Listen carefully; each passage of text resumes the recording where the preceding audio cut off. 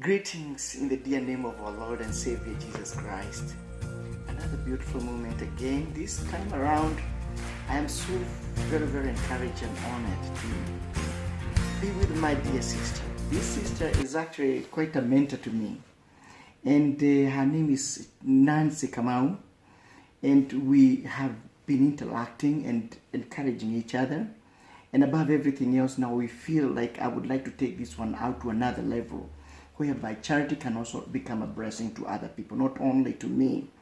And having that exposure of being out of the country, living in the United Kingdom, living in Canada and moving over to United States, moving all different parts of the world, especially in the northern part of America, and also becoming so integrated in the leadership of the Kenyan community, I do believe that God have so whole lot to use this sister to help us. But let me tell you something more interesting.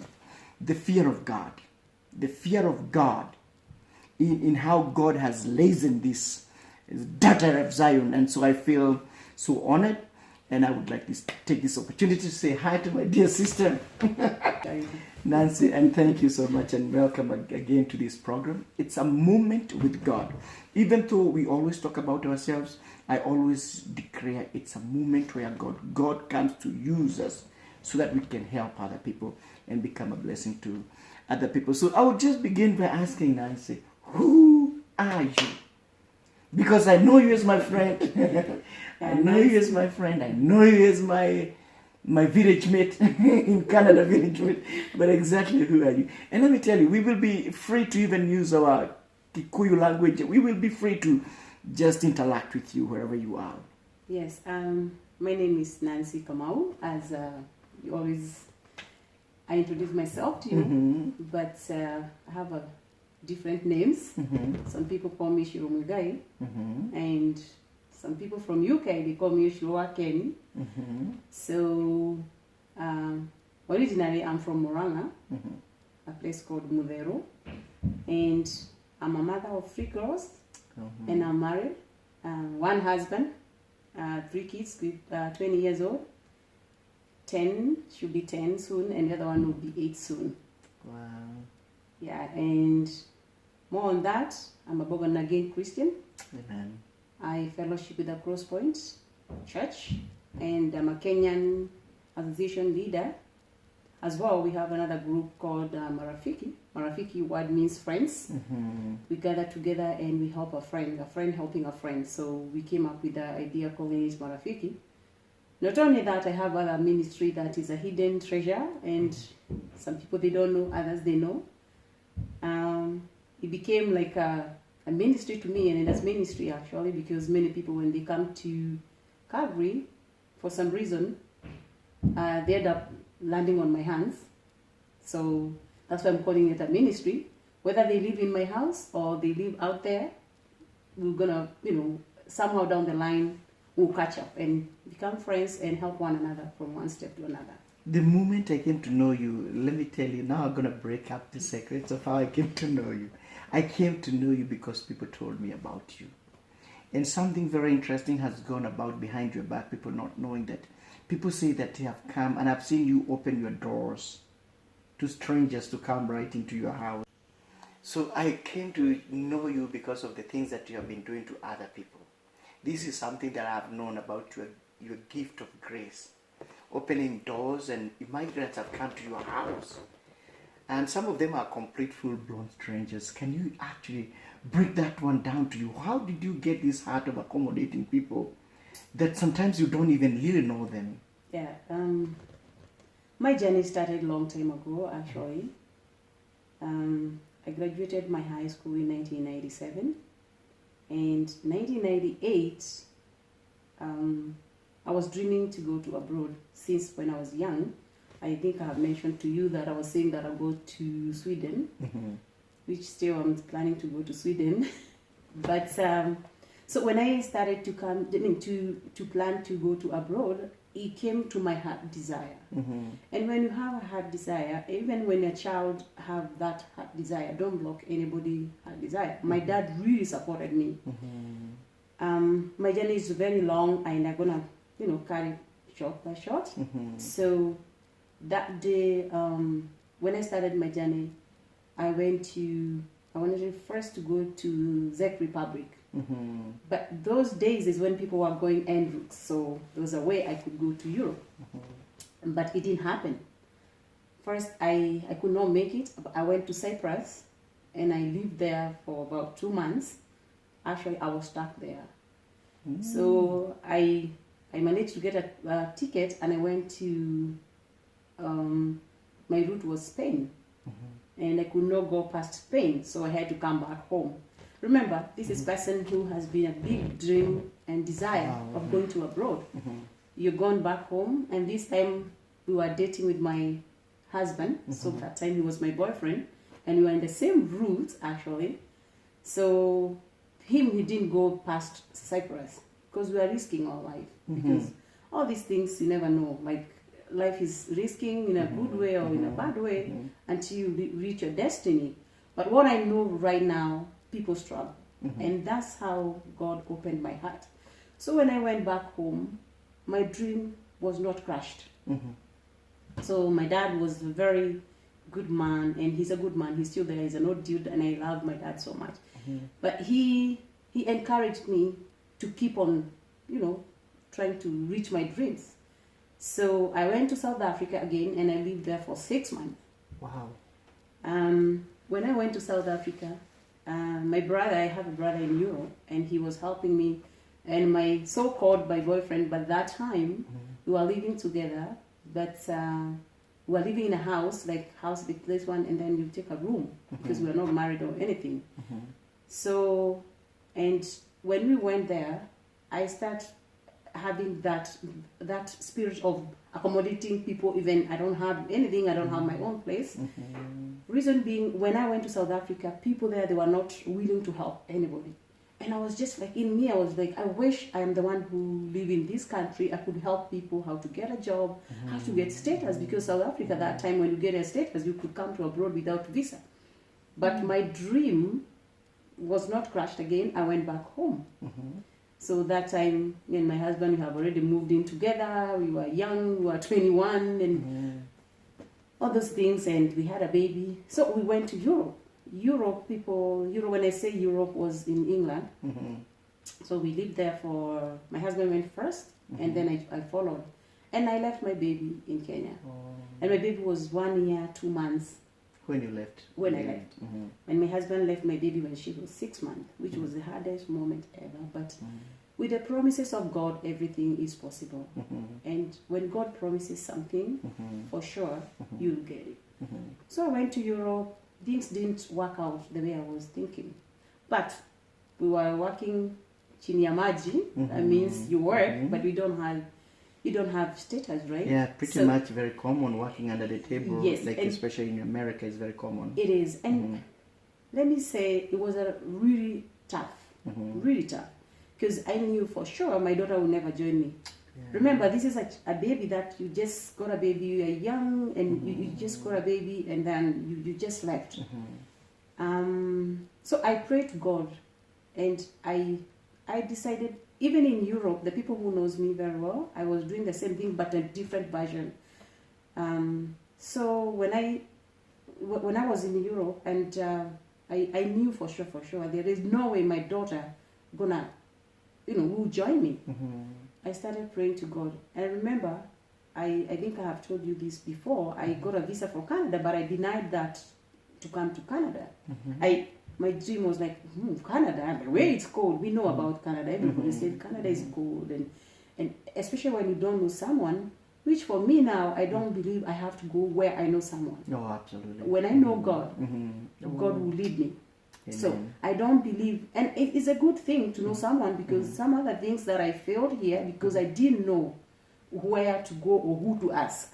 Because like now, if I ask you where you work, you're going to tell me 1, 2, 3. But if I don't know someone, I'll go another direction, even though I will reach the same destination. So one of my friends, she moved from US and she came to Canada. She kept on calling me, Shiro, you need to come to Canada. Canada, the accepting people, is a big country, which even today, Canada is a beautiful country to be in. So I started trying to come to Canada. And remember, we're still young. I was barely 26 when I came here. So my husband was like, oh, if you want to go, it's okay, you can go. This is a young couple. I didn't know whether I'm going to meet my husband anymore. He didn't know whether he's going to get me. Because people, the time changed, world changed, people change. But for the grace of God, God really kept us both looking forward to be together and as a family. So for myself, I came here in Canada. That's where now I'm trying to put you in to see how I started, accommodating people. I came here to Canada. That was 2005. I went to Toronto. My port of entry was here in Calgary. I remember I came here, it was in July. And July time is a stampede time. It was a very busy city, and it's a tiny city. They have just opened the international airport, and there was this bunch of hay was in the airport, and I'm just like, at the airport, I was not expecting this. Because when I came, I was like, oh, welcome to Canada. And I was just like, that's easy. I was just, it's just like how you can go to the bus station and come in. And I'm just like, what is this? Well, the first thing, Canada lifestyle really welcomed me well. And I think Let me first of all break and say, for those people who do not know what Stampede is, it's one big Canadian Calgarian festival that goes around here, especially during summertime. In July, yeah. So when actually they welcomed me very well.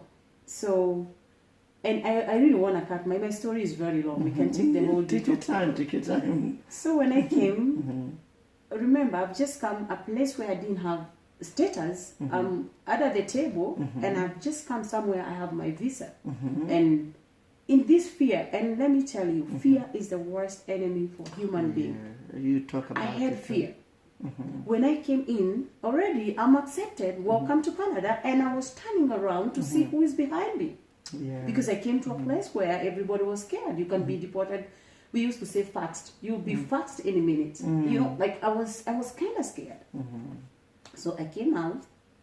The first car, that's a taxi, I found. That's where I went in, and I told the driver, I want to go to Greyhound. Those times we used to have this bus goes long distance journey.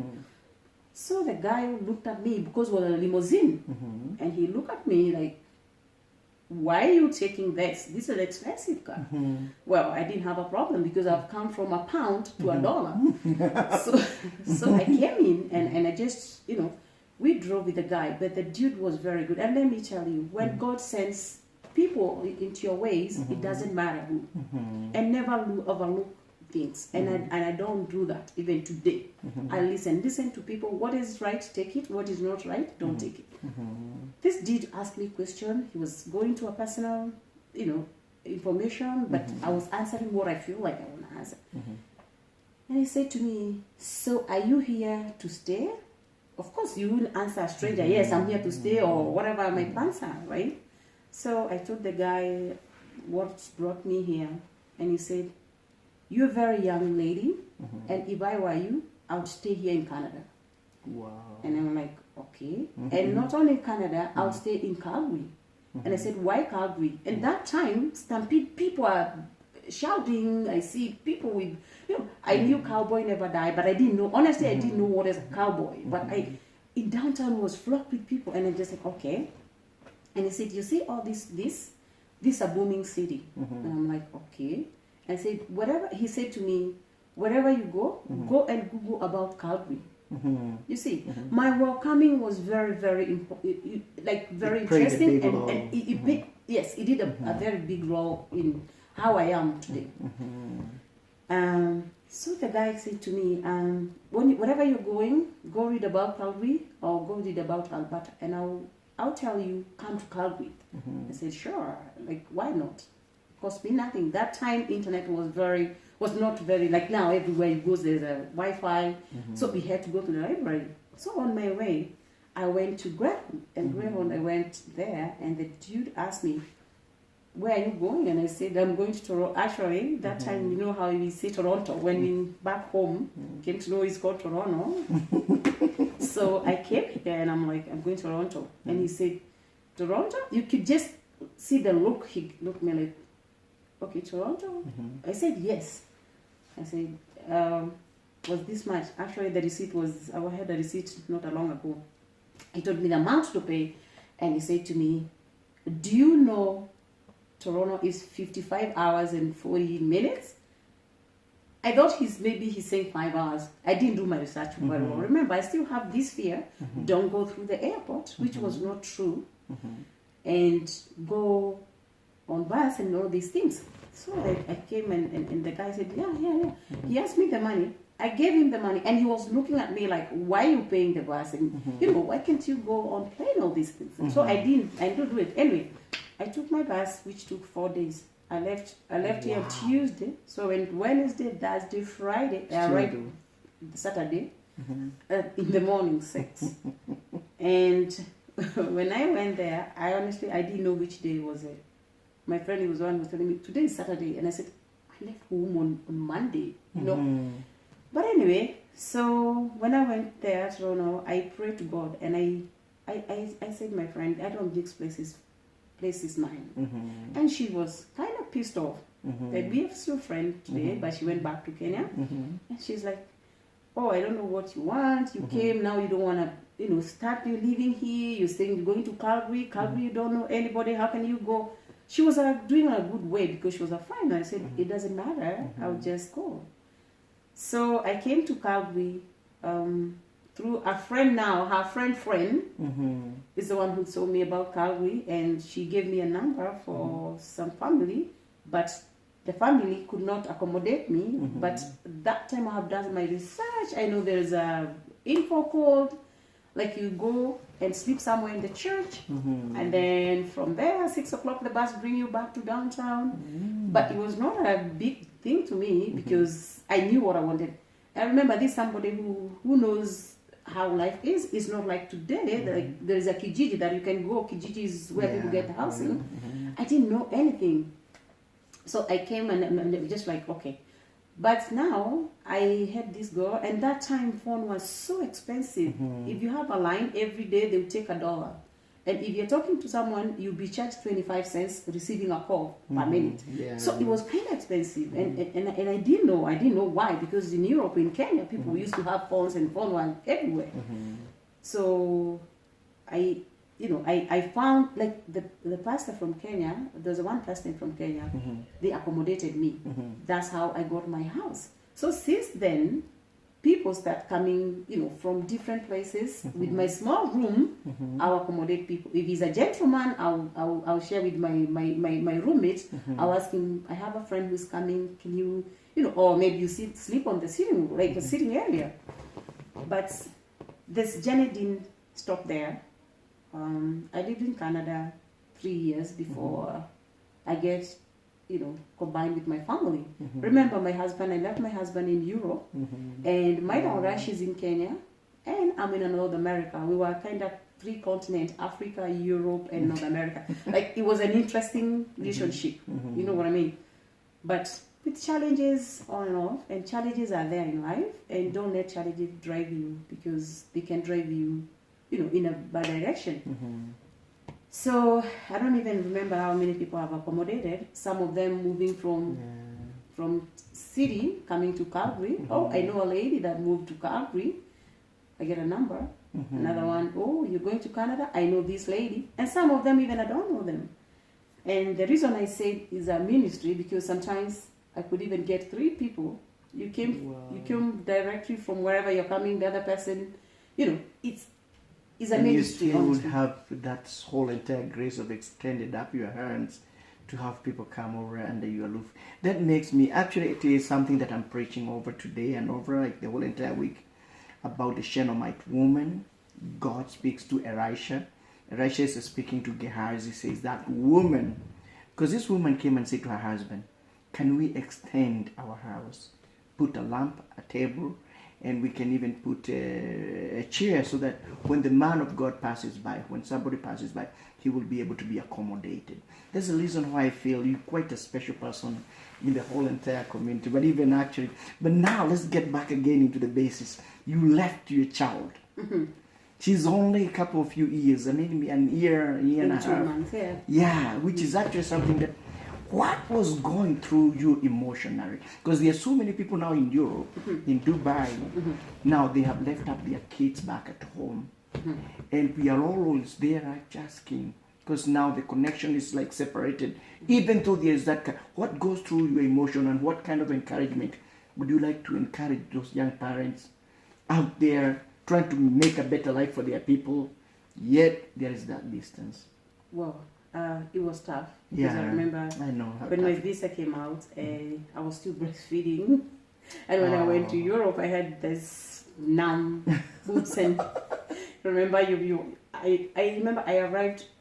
It was on Friday. Wow. And Monday I was working with my painful, because I was already stopped breastfeeding. My boobs are hurting, and it was a very bad moment. Sometimes I used to cry alone. Like, wow. It was tough. Like, it was really tough. But it came. God's give you grace.